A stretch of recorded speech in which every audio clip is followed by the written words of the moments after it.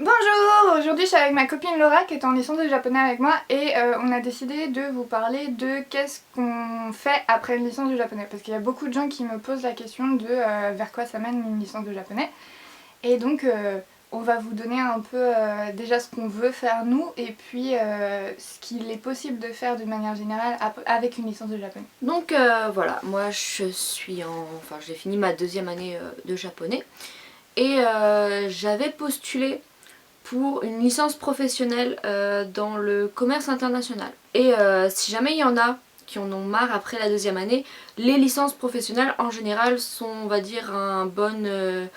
comment dire, ça évite de refaire quelque chose à zéro, et en même temps il y a quand même pas mal de licences professionnelles. Genre on en a une l'année dernière qui avait fait licence pro dans le tourisme, mais il y a également je pense d'autres filières. Sachant que les licences professionnelles, de toute façon, il faut faire un bac plus 2 pour pouvoir s'inscrire dedans. Que c'est sur dossier et donc il faut quand même avoir un plutôt bon bac plus 2. C'est surtout une voie professionnalisante par rapport à la L3 où c'est vraiment si on fait une L3 bah on va plutôt en master. Et en fait c'est ce que je vais faire moi parce que je suis allée à la fac en me disant que je voulais être professeur. Du coup j'ai décidé de finir ma licence et de m'inscrire en master. À Lille 3 où on était, il y a un master qui suit directement la licence de japonais avec les mêmes profs. Donc quand on est inscrit là-bas c'est beaucoup plus facile d'être pris en fait parce que du coup on peut déjà montrer pendant 3 ans aux profs qu'on est motivé, qu'on a des idées de projet et tout. Mais c'est aussi possible de s'inscrire dans le master de Lille 3 quand on vient de l'extérieur. C'est juste qu'il faut savoir qu'à partir de cette année ils ont fait que les masters étaient sélectifs à la première année, alors qu'avant ça se passait entre la première année et la deuxième année. Donc il faut se méfier, si jamais vous rentrez en L3 cette année, il faut que vous fassiez une bonne L3 pour faire un master. Les profs ils nous avaient donné une idée, c'était à peu près 12 de moyenne. Donc faites attention à ça. En ce qui concerne les licences pro, il y en a énormément qui sont en apprentissage ou en alternance. Renseignez-vous beaucoup. Allez à la journée porte ouverte et si vous pouvez pas y aller, demandez soit à quelqu'un d'y aller pour vous, soit essayez de contacter les professeurs ou l'UFR qui vous concerne. Ça vous évitera de paraître complètement stupide comme je l'ai. Et du coup par contre moi ce que j'avais décidé, comme du coup pas de licence pro, je voulais également me tourner vers un master pareil à Lille 1 qui était master de commerce et management pour l'Asie orientale. Et du coup c'est un master professionnalisant, ce qui veut dire que on aura un stage obligatoire et puis voilà. Et puis surtout ça mène pas vers de la recherche et on ne fait pas vraiment de doctorat avec après quoi. C'est ça.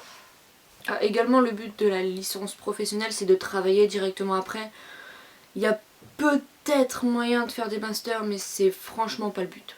Aussi cette année on a eu une présentation que j'ai trouvée vachement intéressante au niveau trouver du travail au Japon. C'est Top Career qui nous a fait une présentation en fait. C'est une entreprise qui sert d'intermédiaire entre les entreprises japonaises et les étudiants français ou les français qui veulent chercher du travail au Japon. Du coup je vous conseille d'aller voir sur leur site. Ce qu'ils font en fait c'est avoir un diplôme universitaire de 2 ou 3 ans et être capable de se présenter en japonais et de parler suffisamment anglais pour faire tout l'entretien d'embauche. Et ils se débrouillent pour vous trouver des postes dans des grosses entreprises. Il y avait dans la liste il y avait Yamaha, il y avait Mitsubishi, il y avait la banque de Tokyo, enfin il y avait la banque du Japon. Il y avait plein de grosses entreprises. Donc je vais vous mettre les liens dans la description pour vous renseigner là-dessus.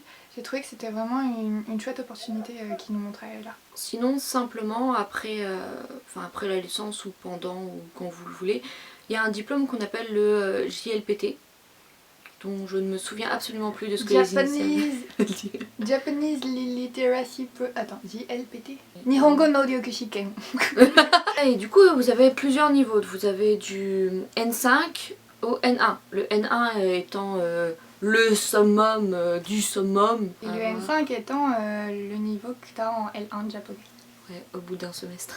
Au bout d'un semestre, oui. Sachant que le JLPT n'est pas vraiment reconnu par les entreprises japonaises tant que ce n'est pas le N2 ou le N1. Le N2 c'est considéré comme business level, ça veut dire que vous êtes capable de travailler avec votre japonais même si vous faites des fautes de grammaire, même si vous connaissez pas tous les kanji. Le N1 c'est vraiment que vous maîtrisez vraiment tout ce qu'il y a à maîtriser comme langue vivante 2. Moi personnellement j'ai décidé que j'allais pas passer le JLPT tant que j'ai pas un niveau N2.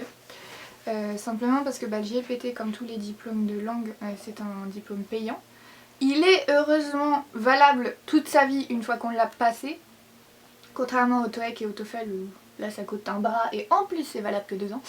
Mais comme il n'est pas reconnu en tant que diplôme professionnalisant, bah finalement ça sert un peu à rien. Par contre c'est une bonne idée si jamais vous avez suffisamment de sous pour le passer et que ça vous intéresse de savoir comment le test fonctionne. C'est vrai que c'est pas mal de passer les niveaux qui sont plus bas parce que comme ça vous êtes préparé à voir comment ça se passe le N2 ou le N1. Vu que le format du test il ne change pas selon les niveaux, c'est juste les questions qui deviennent de plus en plus compliquées. Encore moi je le trouve quand même vachement abordable comme test payant. Parce que si je me trompe pas, c'est 80 €. 80 € que le TOEIC, le TOEFL, on est plus proche des 250. Oui. Payer 80 € pour prouver à tout le monde que vous parlez japonais et pouvoir mettre ça dans le CV, c'est quand même un gros avantage. C'est-à-dire que vous n'êtes pas juste japonais, vous prouvez que vous parlez japonais et que vous le parlez quand même vachement bien. Il y a certains postes aussi qui sont proposés par les entreprises japonaises qui demandent d'avoir le N2. Donc si jamais vous cherchez directement un taf au Japon, souvent ils vont vous demander d'avoir le JLPT N2. Mais en tout cas pendant la licence, normalement les profs sont pas censés vous obliger à le passer. Par contre quand ils demandent l'entrée au master, ils demandent un niveau équivalent entre N3 et N2. Et donc il faut que soit vous ayez les notes qui prouvent que vous avez des bonnes notes en japonais et que du coup vous en sortez, soit que vous ayez passé le JLPT. Autrement sinon il y a les trucs tout basiques après presque n'importe quelle licence où vous pouvez faire simplement des formations proposées des fois par Pôle emploi. Où moi j'ai une amie qui avait fait une formation donc, de breton rémunérée en 6 mois et qui disait que bon c'est énormément de boulot. Mais par contre après il était capable de donner des cours de breton. Il y a également simplement faire un BTS ou un DUT qui se passe en 2 ans pour pouvoir gagner des compétences techniques et comme ça non seulement vous avez le japonais, vous avez quand même une culture parce que la licence de japonais c'est également une culture générale du Japon qui est intéressante. Il y a aussi la méthode de travail universitaire qui se développe beaucoup et ça c'est toujours quelque chose de positif parce que écrire des rapports, savoir écrire correctement le français avec des formats imposés et tout c'est quand même vachement utile comme compétence. C'est ça. Et en fait du coup ce sera faire une autre formation après qui dure pas forcément 3-5 ans. Ça peut vous permettre de trouver un métier que vous aimez, qui vous correspond, que ce soit manuel ou intellectuellement, et de pouvoir le faire au Japon.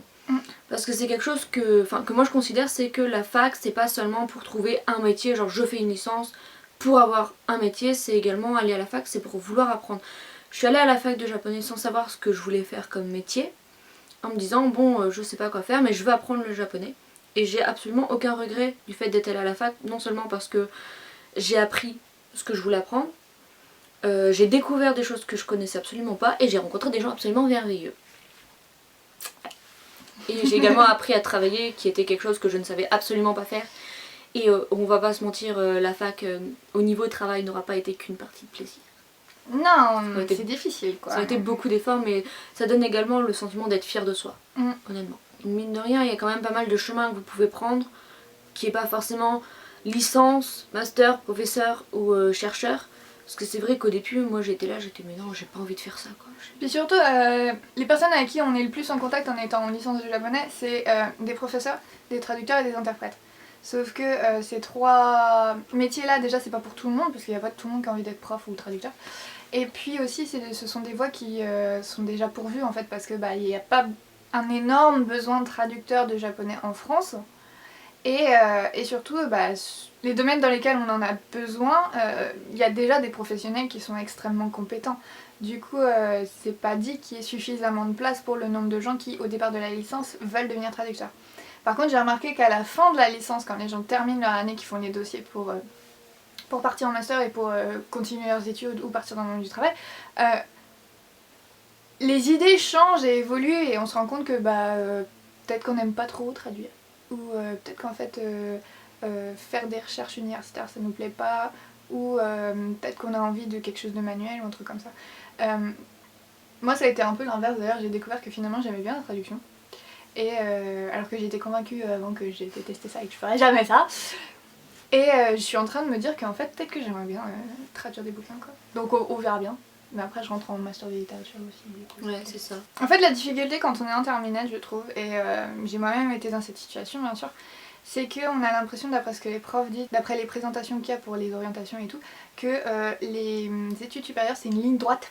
Et que si jamais on dévie ou genre qu'on en a ras-le-bol, et ben on n'a pas le droit de changer. Et si jamais on redouble c'est la fin du monde.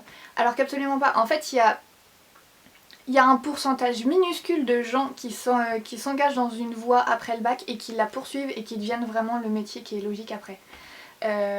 Sinon, je connais personne qui a eu une scolarité logique en fait. Parce que les seules personnes que je connaisse qui n'ont pas redoublé, elles venaient d'un bac S, elles ont fait une licence de lettres. Donc déjà il y a un peu un décalage. Ah oui. Donc je connais vraiment personne qui a choisi une voie, qui s'est engagé dans la voie, qui a réussi toutes ces années, qui a été pris dans le master qui correspondait, qui a fini ses études en étant exactement le métier qu'il avait décidé quand il a passé son bac quoi.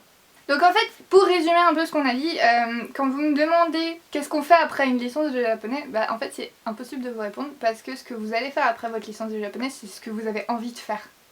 Et ce qu'il faut pas se dire par contre, c'est que vous faites une licence de japonais et après c'est bon, vous avez fini vos études.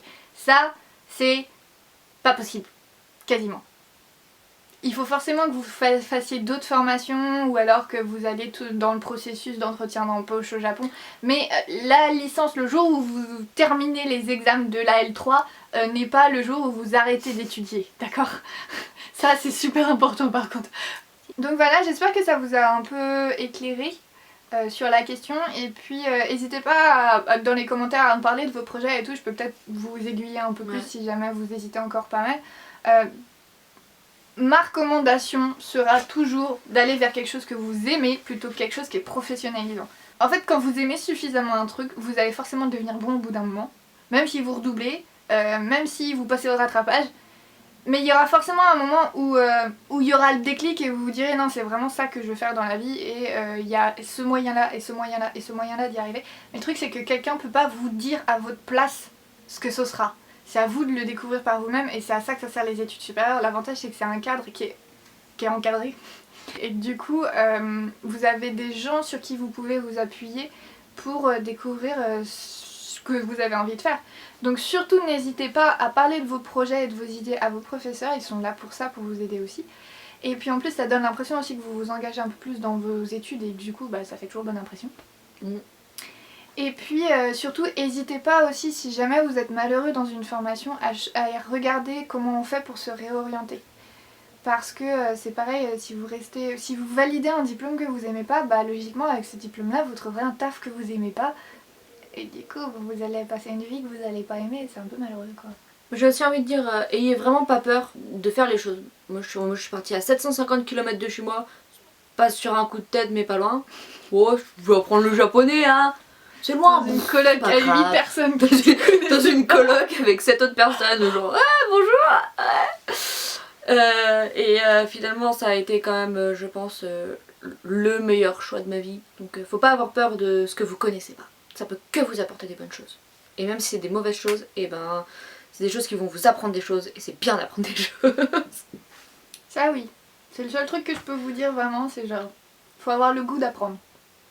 Sinon allez pas à l'école, ça sert. Du coup voilà, je vous laisse là-dessus. On se revoit dans 2-3 jours pour une prochaine vidéo. Salut!